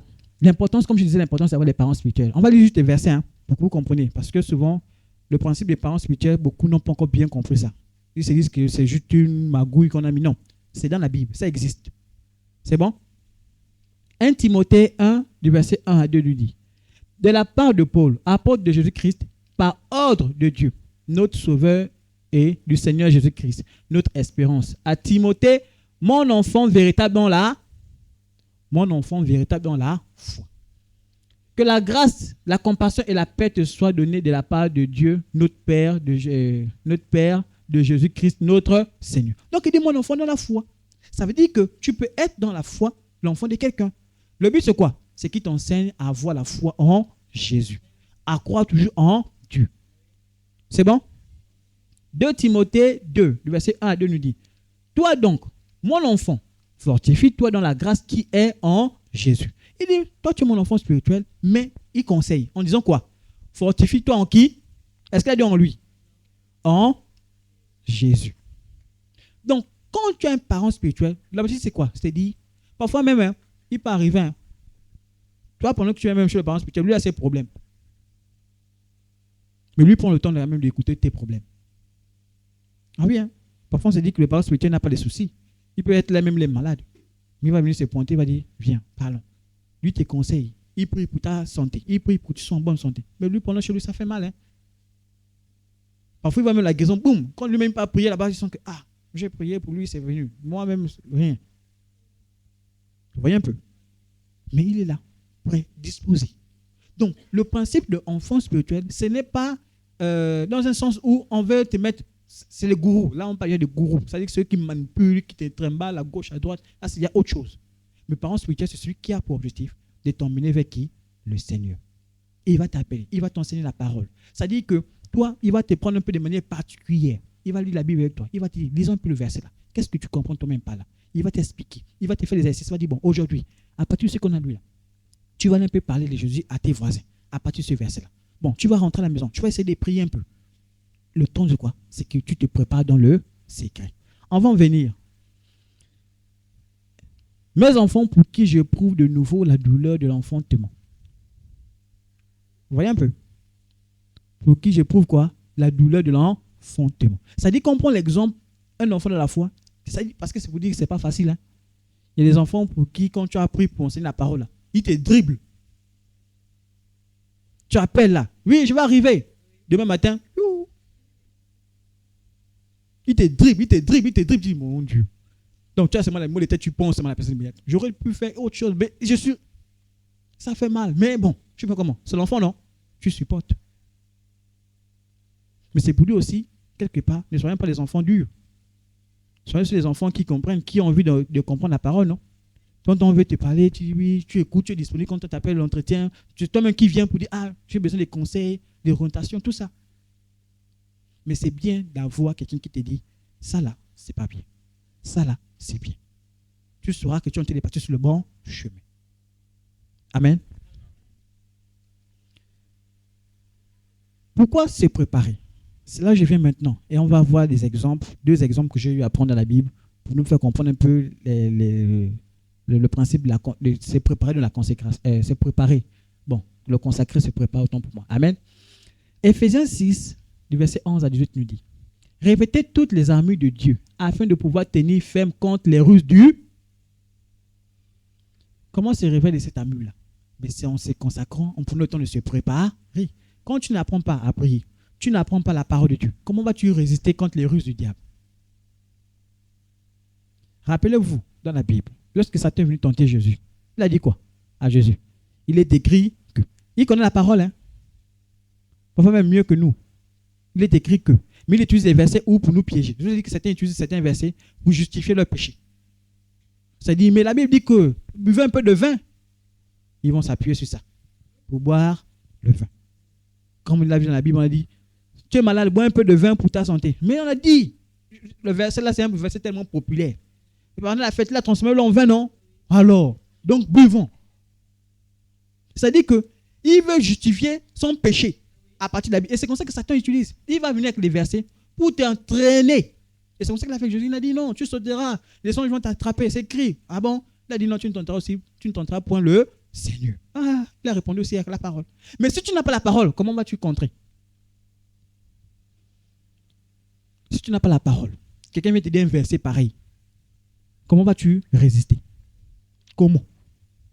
Ça dit que tu seras un chrétien, facilement un religieux va te mentir, il va t'entraîner, il va t'emballer, et tu es fini.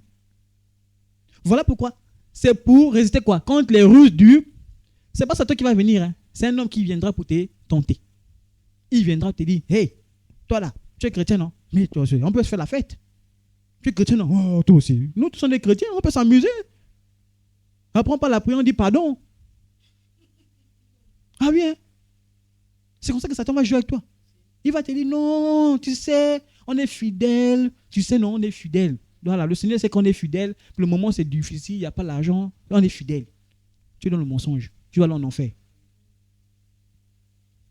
Donc, frères et sœurs en Christ, il faut qu'on fasse attention. Et le consacré doit prendre le temps de t'enseigner. Parce que je vous ai dit, le collègue à qui j'avais, il s'est fait avoir parce qu'il n'a pas eu le temps de se préparer. Et quand il est arrivé, Satan a mis la ruse. Il est tombé dans du n'importe quoi. Continuons. Car nous n'avons pas à lutter contre la chair ou le sang, mais contre les dominations, contre les autorités, contre les principes, les princes de ce monde des ténèbres, contre les esprits méchants dans les lieux célestes. C'est pourquoi prenez toutes les armes de Dieu afin de pouvoir résister dans les mauvais jours et de tenir ferme après avoir tout surmonté. C'est-à-dire que les mauvais jours vont arriver. Si tu n'as pas eu le temps de te préparer, tu vas flanchir. Et le consacrer justement, quand il prend le temps de s'enseigner, c'est parce qu'il sait qu'à un moment donné, la tentation vient. Et il faut savoir, hein, tout enfant de Dieu passera par la tentation. Hein. Vous savez ça? Je sais que ça a été éprouvé. La Bible dit, il ne pécha point. Ah oui, il a été éprouvé comme toi et moi. Il a été tenté comme toi et moi. Il a résisté pendant 40 jours. Tu imagines, on te bombarde. Allons-y, on va voir encore le texte. Humiliez-vous. 1 Pierre 5, verset 6 nous dit, humiliez-vous donc sous la puissante main de Dieu, afin qu'il vous élève au temps convenable. Il y a toujours un temps que Dieu a prévu. Mais il ne peut pas t'élever tant tu es toujours là, tu ne veux pas recevoir. C'est bon? Et déchargez-vous sur lui de tous vos soucis, car lui-même prend soin de vous. Soyez sobre, veillez. Votre adversaire, le diable, rôde comme un lion rugissant, cherchant qui il va. Vous pensez qu'il cherche les païens? Il ne cherche pas les païens. Il cherche les élus de Dieu. C'est nous qui cherchons. Ils ont été palpés, ils te regardent, disent, comment je vais faire pour avoir? Mais si tu n'es pas préparé, il va t'arrêter. C'est parce qu'on comprend maintenant pourquoi il faut se consacrer. Il faut se préparer quand on est consacré. C'est bon? On comprend la préparation déjà? Maintenant, on va aller dans nos exemples. Et là, je prie le Seigneur que vous me suivez bien. Parce qu'on a deux bons exemples à bien suivre. Hormis l'exemple de Jésus-Christ que tout le monde connaît déjà. C'est bon? Amen. Voilà. Parce que Jésus-Christ, il s'est consacré. Hein? Et pendant sa consécration, il a commencé le ministère à quel âge? Hein? À 12 ans? Non. À 30 ans. Il a commencé son ministère à 30 ans. Mais pendant les 30 ans, qu'est-ce que Jésus-Christ faisait? Vous allez voir, on le retrouve tout en haut. Ses parents le cherchaient toujours où? Au temple. Au temple. Parce que pendant qu'il était au temple, il était en train de faire quoi? De connaître la parole de Dieu. Il était en train de se faire enseigner. Et même encore à l'intérieur, il enseignait même les autres. Moi, je ne connaissais même pas. Dans la Bible, moi, je ne sais pas s'il y a un endroit où on a écrit il enseignait. Non. C'est bon? Mais il était là-bas, il apprenait. Il discutait avec les gens. Les gens étaient étonnés, ils disaient, oh, mais cet enfant-là, il a une connaissance. Hein? Il parle vraiment. Mais pourquoi? Il a eu le temps d'apprendre. Et au moment venu, boum, le ministère démarre. C'est bon? Exode 33, à partir du verset 11, je dis, l'Éternel parlait avec Moïse face à face, comme un homme parle à son ami. Puis Moïse retournait au camp, mais son jeune serviteur, nommé Josué, fils de Nun, ne sortait pas du milieu de la tente. Là, je vais vous parler maintenant de l'histoire de Josué. Josué était un disciple qui était au contact avec Moïse. Moïse c'est qui? On peut dire le père spirituel. Moïse c'est qui? On peut dire un pasteur. Moïse c'est qui? On peut dire un prophète. C'est-à-dire, Moïse était là et Josué était avec lui. On ne connaissait même pas qu'est-ce que Moïse. On savait seulement qu'il y avait un enfant qui s'appelait Josué qui était avec Moïse. Qu'est-ce qu'il faisait? On ne dit pas encore. C'est bon? Mais il était au contact avec Moïse. Il apprenait avec Moïse. Maintenant, on va lire. Et les images, c'est juste pour vous dire, parfois la formation, l'enseignement n'est pas toujours facile. Et ça sera dur. C'est bon?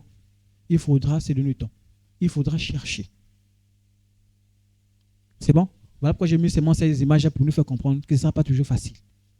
L'enfant de Dieu qui est consacré à Dieu, il ne doit pas s'attendre à ce que ce sera fluide. C'est-à-dire qu'il va tout va tomber bon. Non. Il y a un moment, il faut que tu cherches. Il y a un moment, il faut que tu fouilles. Mais pour fouiller là, c'est les efforts que tu mettras. Josué 1, à partir du verset 1. C'est bon? Après la mort de Moïse, serviteur de l'Éternel, l'Éternel dit à Josué, fils de Nun, serviteur de Moïse, Moïse, mon serviteur, est mort. Maintenant.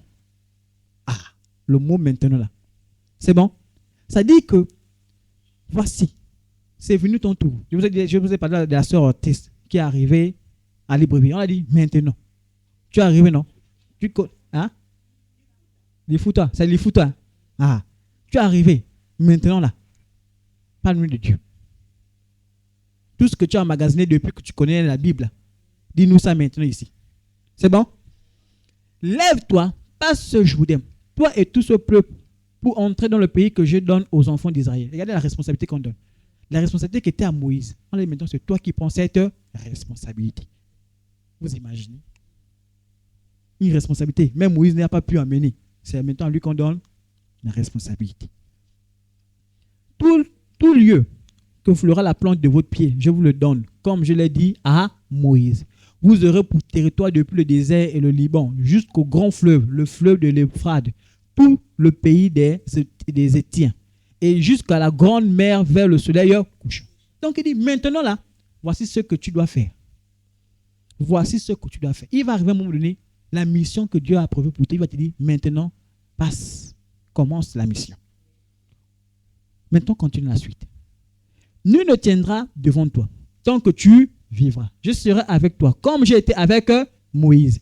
Je ne te délaisserai point. Je ne t'abandonnerai point. Fortifie-toi et prends courage, car c'est toi qui mettras ce peuple en possession du pays que j'ai juré à leur père de leur donner. Fortifie-toi seulement et aie bon courage. Il dit en même temps, et cela vient maintenant l'enseignement qu'il a reçu. En agissant fidèlement selon toute la loi que Moïse, mon serviteur, t'a prescrite. Il a reçu un enseignement. On dit maintenant, ce que tu as reçu là, c'est maintenant que tu dois mettre ça en pratique. Amen. Il dit, ne t'en détourne ni à droite, ni afin de réussir. Donc, tout ce que tu as, il a eu le temps d'être enseigné par Moïse. C'est-à-dire, Moïse a pris le temps de dire, voici la parole de Dieu. C'est comme ça, c'est comme ça, c'est comme ça. Et le moment est venu, Dieu dit, tu as appris, non? Tu es outillé, c'est bon pour moi. Tout ce qu'on t'a dit là, c'est ce que tu veux utiliser pour aller. Mais si tu n'as pas ça, comment vas-tu arriver à aller à ce niveau-là? Amener le peuple de Dieu au ciel. Comment vas-tu pouvoir? Si tu n'as pas eu le temps de recevoir des enseignements de quelqu'un.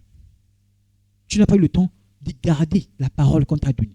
Parce que la Bible dit, ta parole est une lampe à mes pieds. C'est que je la garde dans mon cœur. Quand tu reçois la parole de Dieu, tu la gardes. Pourquoi? Parce qu'un jour, tu en auras besoin. Un jour, tu devras la sortir. On a dit la parole est comme une épée. C'est-à-dire qu'à un moment donné, tu dois sortir la parole pour dire maintenant, j'ai reçu la parole, boum, les problèmes là finissaient. Pourquoi? Parce que tu as reçu la parole. Amen. On continue.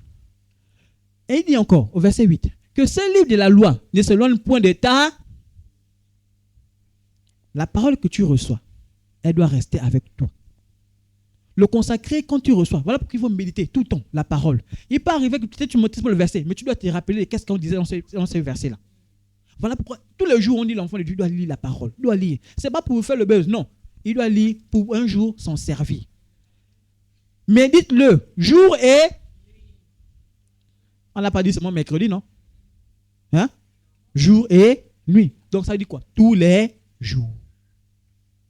Le consacré, fais attention. Tous les jours, il doit lire un verset. Il doit lire un verset. Malgré tes occupations, tu dois t'efforcer à lire un verset. Voilà qu'on dit jour et nuit. Et on dit quoi? Pour agir fidèlement selon tout ce qui est et. Donc aujourd'hui, si le pasteur te dit, bon, tu agis maintenant selon ce que moi j'ai dit, c'est un sens. Non. C'est selon ce que la parole de Dieu dit.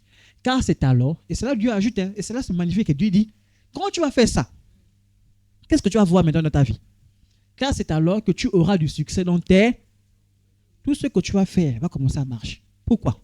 Parce que tu obéis à Dieu, tu médites sa parole, tu es toujours à son contact. Tu verras les choses vont commencer à marcher. Et vous allez voir quand vous suivez José, la victoire a commencé comme ça. Ça partait. Les combats qu'ils menaient, ils avaient la victoire. Ils ont commencé à faillir, c'est à quel moment? Lorsque un dans le groupe a péché. Ils ont vu la défaite, non, José a dit, il y a un problème. Dieu m'a dit, j'aurai toujours la victoire tant que je reste fidèle. Mais pourquoi soudainement on a ça? Il s'est assis. Ils sont allés prier. Le prophète apparaît. Il a dit, il y a eu quelqu'un qui a péché. Je dis, le prophète apparaît pour briser la chaîne du péché. C'est bon? Ah, il y a eu un péché. Le péché c'est qui? Tel. On l'a sorti. Parce que Dieu avait dit clair et net, hein, tu t'amuses, c'est la mort. Voilà pourquoi, enfants de Dieu, soyons sages. Beaucoup ont perdu la vie parce qu'ils n'ont pas su obéir à ce que Dieu dit. Quand dans un groupe, tu fais, Dieu t'exclut. Et on va voir, je vous ai dit qu'on va parler de cela, que Dieu s'est retiré d'eux. Dès qu'il s'est retiré, c'est fini. Il s'est livré, on l'a livré à Satan. C'est bon? Et c'est alors que tu réussiras dans tes entreprises, c'est alors que tu réussiras. Ne t'ai-je pas donné cet ordre? Fortifie-toi et prends courage. Ne t'effraie point et ne t'épouvante point, car l'Éternel ton Dieu est avec toi. Donc tout ce que tu as, pourquoi Dieu est avec lui? Parce qu'il a eu le temps de se préparer, parce qu'il a été obéissant, parce qu'il a été soumis. Ah oui. Quand tu es consacré, tu es orgueilleux, Dieu ne te connaît pas. Dieu, il a vraiment que je vais monter au verset qui dit, humiliez-vous. Quand tu t'humilies, Dieu t'élève au temps convenable. Amen. Maintenant, on va parler d'un autre cas. Quelqu'un qui a été consacré, mais qui n'a pas, en fait, qui n'est même pas rentré là où Dieu avait prévu. Mais il est rentré, bon, il est un peu arrivé, mais de manière vraiment cabossée. C'est bon? Vous connaissez tous Samson. C'est bon? Elle lui dit, et c'est là que je vous dis, frères et sœurs en Christ, quand tu es consacré à Dieu, sache que Satan viendra. Il viendra pour te séduire. Voilà quelqu'un qui était consacré à Dieu, mais qui n'a pas été sage, qui a désobéi aux parents. Les parents interpellent, dit, mon fils, le chemin que tu fais là, ce n'est pas ce qui avait été prouvé pour toi quand Dieu a parlé. Ce n'est pas ce que tu as dit. Ce que tu fais là, c'est le désordre. Laissez. Et vous allez voir beaucoup les personnes. On va interpeller comme ça. Ils vont borner, ils vont boucher des oreilles. Ils vont dire, ils m'embêtent. Ah, vous m'empêchez de vivre. Vous êtes vieux. Moi, je suis encore jeune. Laissez-moi vivre ma vie de jeune. Ah, c'est comment non? On n'est pas en paix. Hein? C'est ça, non? Elle lui dit, comment peux-tu dire, je t'aime, puisque ton cœur n'est pas avec moi? Pour donner un peu le contexte, c'est cette jeune fille-là qu'on appelle Delilah. Samson avait croisé. Dieu avait dit, ne vous mettez pas en communion avec les païens, tout. Samson, même les parents ont dit, laisse ces histoires des femmes là. Toi, tu es consacré. Laisse ça. Abandonne ça. Il n'a pas écouté. Elle est venue. Elle a commencé à séduire Samson. Parce que l'ennemi, je vous ai dit que Satan rôde cherchant qui il va. Satan ne va pas venir avec son visage comme ça. Non. Il passera par quelqu'un pour ta voix. Voilà pourquoi il faut avoir le discernement. Voilà 3 fois que tu t'es joué de moi. Et tu ne m'as pas déclaré d'où vient ta grande force. Elle, ce qui dérangeait, c'était quoi? La force de Samson. Vous savez, lorsque tu as donné ta vie à Dieu, il y a une force particulière qui apparaît dans ta vie. C'est-à-dire qu'il y a des choses que les gens ne peuvent pas comprendre. C'est qu'ils vont voir en toi une certaine détermination. Ils vont voir en toi une certaine réussite. Ils vont commencer à jalouser ça. Ils vont dire, lui, il n'est pas comme nous. Nous, on a fait des trucs bizarres pour avoir la force. Mais lui, il a une force naturelle.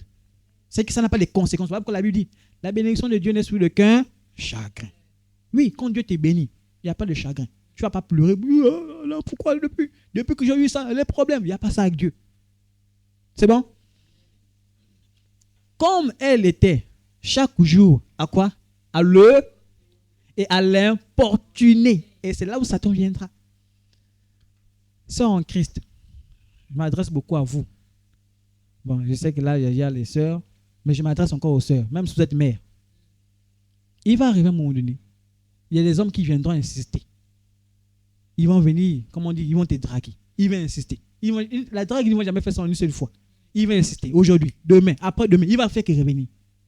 Le but, c'est quoi? C'est qu'à un moment donné, tu dis, tu acceptes. Et c'est ce qui s'est passé pour Samson. Elle a tellement tout monté. Non, tu ne m'aimes pas. C'est-à-dire qu'il y avait même le chantage. Non, tu ne m'aimes pas. Comment tu ne me dis pas la vérité? C'est quoi, c'est ça? Il a un moment, il a dit,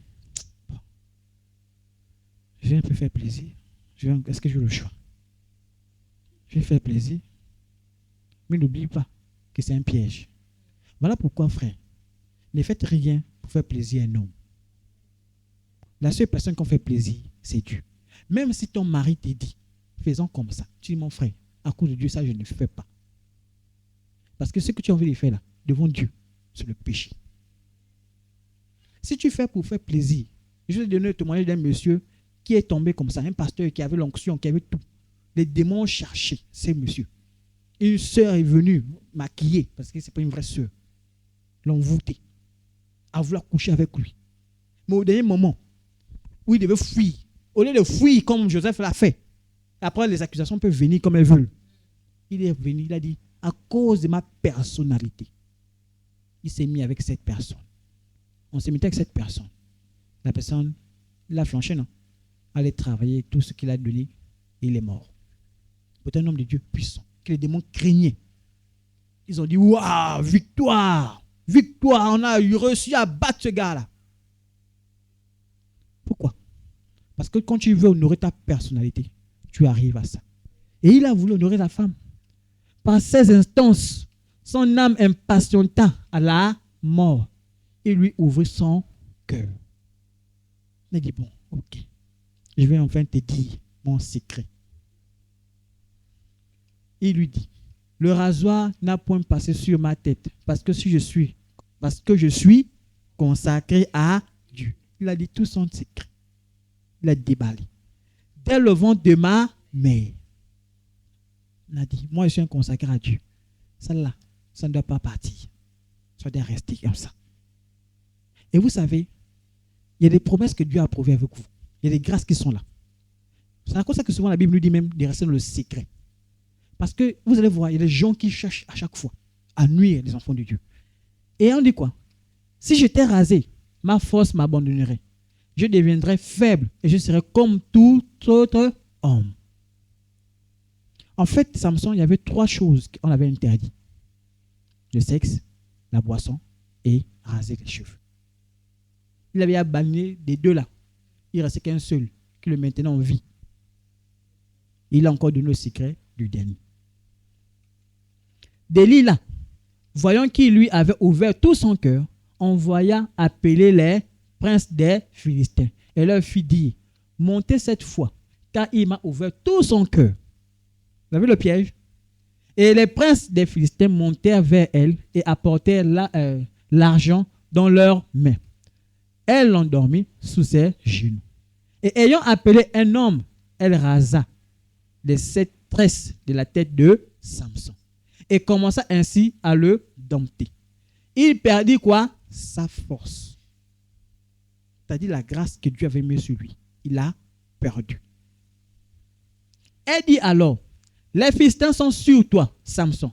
Et il se réveilla de son sommeil. Frères et sœurs en Christ, je dis que vraiment, le mot sommeil là, beaucoup de chrétiens sont dans le sommeil. C'est-à-dire qu'ils sont manipulés. Ils pensent qu'ils sont là, ils sont aveuglés. Ils pensent qu'ils font bien. Ils sortent de quoi? Du sommeil. Et dit l'illusion, en pensant que je m'en tirerai comme les autres fois et je me dégagerai. Ils ne savaient pas que l'Éternel s'était retiré d'eux. Voilà quelqu'un qui était consacré à Dieu, qui n'a pas su écouter les conseils, qui n'a pas su être obéissant à la parole de Dieu.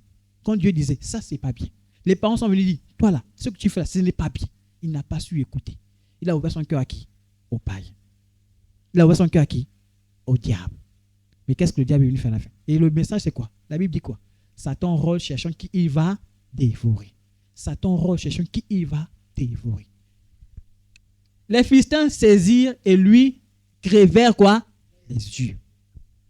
Le firent descendre à Gaza et le lièrent avec des chaînes d'airain. Ils tournaient la meule dans la prison. La meule, c'est comme les trucs qu'on les, je sais pas si c'est des trucs qu'on les écrase. Maintenant, ils poussaient ça maintenant, comme l'esclave déjà.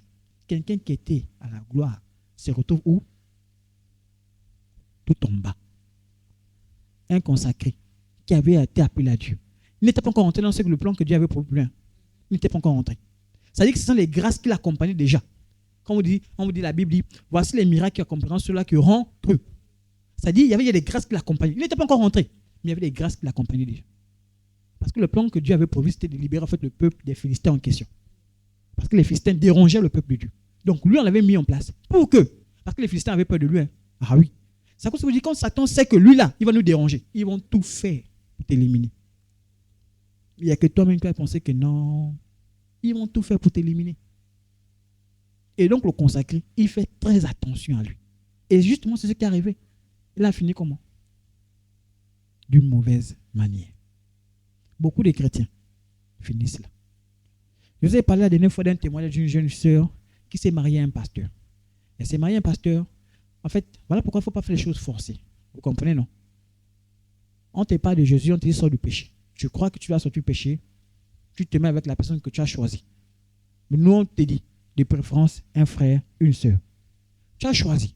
Mais je vous assure, cette sœur-là, elle s'est mise avec ce monsieur. Je ne sais pas qu'est-ce qui s'est passé. Mais après, ils ont divorcé. Elle se retrouve maintenant dans le monde. Et dans le monde, elle dévoile. Elle dit que non, on m'a forcé. Avant le mariage, on lui dit qu'on ne se touche pas. Elle commence à parler. Et vous savez, quand tu connais la parole de Dieu, il faut faire très attention. Ça vous a dit le blasphème, tout ça, il faut faire très attention. Quand elle a commencé, Dieu s'est retiré. C'est qu'elle est devenue prostituée. À tout, vraiment une grande prostituée. Pourquoi? Parce qu'elle n'a pas su comprendre la volonté de Dieu. Lorsque Dieu t'a appelé, il faut bien comprendre. Il faut marcher avec le Seigneur avec humilité. Humilité, sagesse. Le consacré ne joue plus avec sa vie n'importe comment. Non. Le consacré fait attention. Quand tu vois le péché, dis non. Je dois m'éloigner. Voilà pourquoi vous allez voir. Dieu va t'interdire certaines choses. Il va te dire, toi ton cœur là, il est trop penché vers ces choses-là. Je préfère que tu ne le fasses plus. Si Dieu va te parler comme ça. Il va dire que toi, c'est vrai que tu aimes bien t'habiller, mais le style vestimentaire, je ne veux plus que tu en portes. Enlève-moi ça. Parce que quand tu portes ça, peut-être que tu as tendance à te vanter toi-même, à te glorifier toi-même. Et là, les esprits de sirène te guettent. Une cible. Comme elle aime bien se faire voir là, on va passer. Et on va venir maintenant te parler des choses. Tu vas voir quelqu'un soudainement qui va te parler pour te pousser là où il ne faut pas aller. Mais qui va t'amener? C'est parce que tu as été enseigné. Tu as eu le temps de te préparer. Voilà pourquoi, frères et sœurs en Christ, ces choses-là arrivent à Samson. Pourquoi? Parce qu'il a refusé, non seulement les conseils qui étaient donnés, il a refusé de se préparer comme le Seigneur avait prévu. Parce qu'il avait un temps, il devait se préparer, il devait se calmer. Il a commencé à s'exposer aux yeux du monde, n'importe comment. Comment, oh! Parce qu'un jour, tu es venu, tu as prié, tu as dit, oh, quelqu'un est tombé. Oh! Le super pasteur Bishop. Tu commences à t'exposer. Non. Tu te calmes. Tu dis, Seigneur, je reste sage. J'attends. Simplement. Amen. Et pour finir, Jésus-Christ dit, allez par tout le monde et prêchez la bonne nouvelle à toute la nation. Mais tu iras comment? Parce que tu as été préparé. Parce que le but de ta préparation à la consécration, c'est d'arriver à ce niveau-là. Où le Seigneur te dit maintenant, je te mets déjà à part. Tu es prêt. Vas-y. Vas-y. Pas parler maintenant. Pas maintenant impacter. Pas maintenant. Touche les gens. Je serai avec toi. Parce que Dieu a dit, José n'avait pas l'onction de Dieu. Hein. Il était juste ça. Mais Dieu a dit, je serai maintenant avec toi. C'est que Josué aujourd'hui, il avait même l'onction, une onction particulière qui est arrivée. Pourquoi? Parce que Dieu a dit c'est le temps et Dieu l'accompagne. Voilà que vous allez voir les hommes de Dieu, hein. Vous allez voir au début, on ne les voit pas. Tu ne vois rien. Mais Dieu a prévu son temps. Ce n'est pas maintenant. Son temps arrivera. Dieu le prépare encore. Mais à un moment donné, boum, quelque chose commence à changer dans sa vie. Tu commences à voir, les grâces l'accompagnent. Les bénédictions sont là. Boum, quand tu pries, vraiment les miracles, boum. Mais ce n'est pas les trucs façonnés, façon. Non. Parce que le Seigneur est avec lui. Amen. Alors, on va prier un instant. On va dire simplement, déjà, merci à Dieu pour sa parole. Et en même temps, pendant que tu dis merci à Dieu, si peut-être qu'en tant que consacré à Dieu, tu avais une marche qui ne glorifie pas son nom, tu refusais sa parole, bah, c'est le moment aussi de te repentir un instant. Et après, on pourra poser des questions si vous voulez. Prions pour cela.